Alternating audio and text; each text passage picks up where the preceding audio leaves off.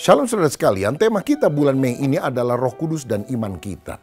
Pada bulan ini kita akan merayakan hari kenaikan Yesus Kristus ke sorga dan juga 10 hari kemudian Pentakosta, hari pencurahan Roh Kudus. Mari kita berkobar-kobar dengan api Roh Kudus untuk makin mencintai Tuhan, berkobar dalam pelayanan, on fire, menyala-nyala untuk memberitakan Injil.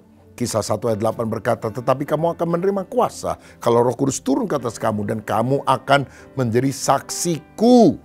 Ya, Roh Kudus membuat kita bukan jadi sakti tapi jadi saksi, menjadi pembawa kabar baik.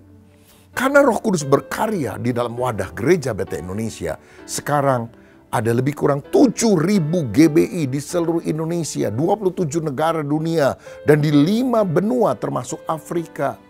GBI tidak hanya di kota-kota besar tentunya, tapi juga ada di desa-desa, di pesisir pantai, tapi juga di pegunungan. Saya beberapa waktu yang lalu menghadiri acara GBI yang ada di Papua Pegunungan, di Wamena. Dan mereka menyambut saya sebagai ketua umum sinode dengan sukacita. Bakar batu, saudara-saudara, ada babi yang dibakar. Saya pernah masuk ke dalam, ke suku Dani, saudara, yang masih sangat primitif pada waktu pertama saya mengunjungi mereka. Lalu saya minta adik daripada gembala di sana untuk belajar di sekolah teologi yang saya dirikan. Dan setelah hanya setahun, mereka kembali, tetapi dia bisa melayani orang-orang.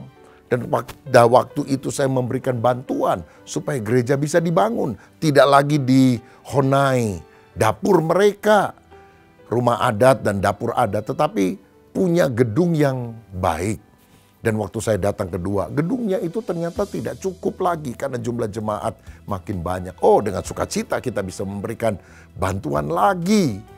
Saudara-saudara, kita juga melakukan Bethel Project di Wamena, Papua, di mana mereka yang juga ibadah di tempat yang sangat sederhana, di Honai dapur, sekarang punya gedung gereja yang megah dan jemaatnya makin bertambah menurut kesaksian daripada gembala tersebut. Karena itu, mari kita berkobar-kobar dengan api Roh Kudus untuk memenangkan jiwa. Puji Tuhan. Nah, khususnya untuk para pejabat GBI, PDP, PDM, dan PDT, saya mendorong kita semuanya melakukan program pemuridan MSK menjadi seperti Kristus di gereja kita masing-masing.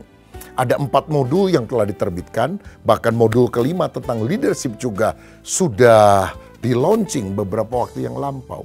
Saudara bisa menghubungi BPD, Perwil, dan memintakan bahan-bahan yang ada atau mengikuti pelatihan, training for trainers, supaya di gereja saudara juga ada pemuridan. Kelompok sel juga perlu dilakukan.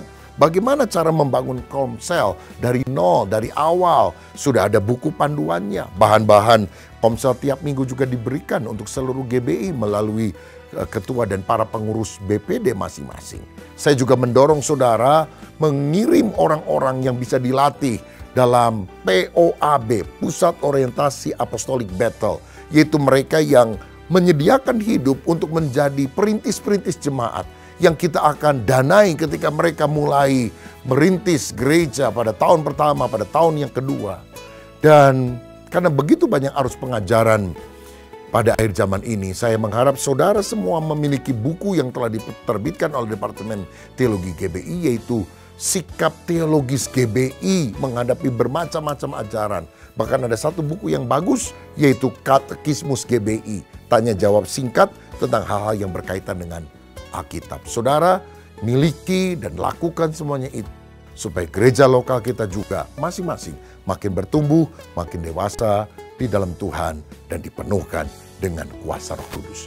Tuhan Yesus memberkati.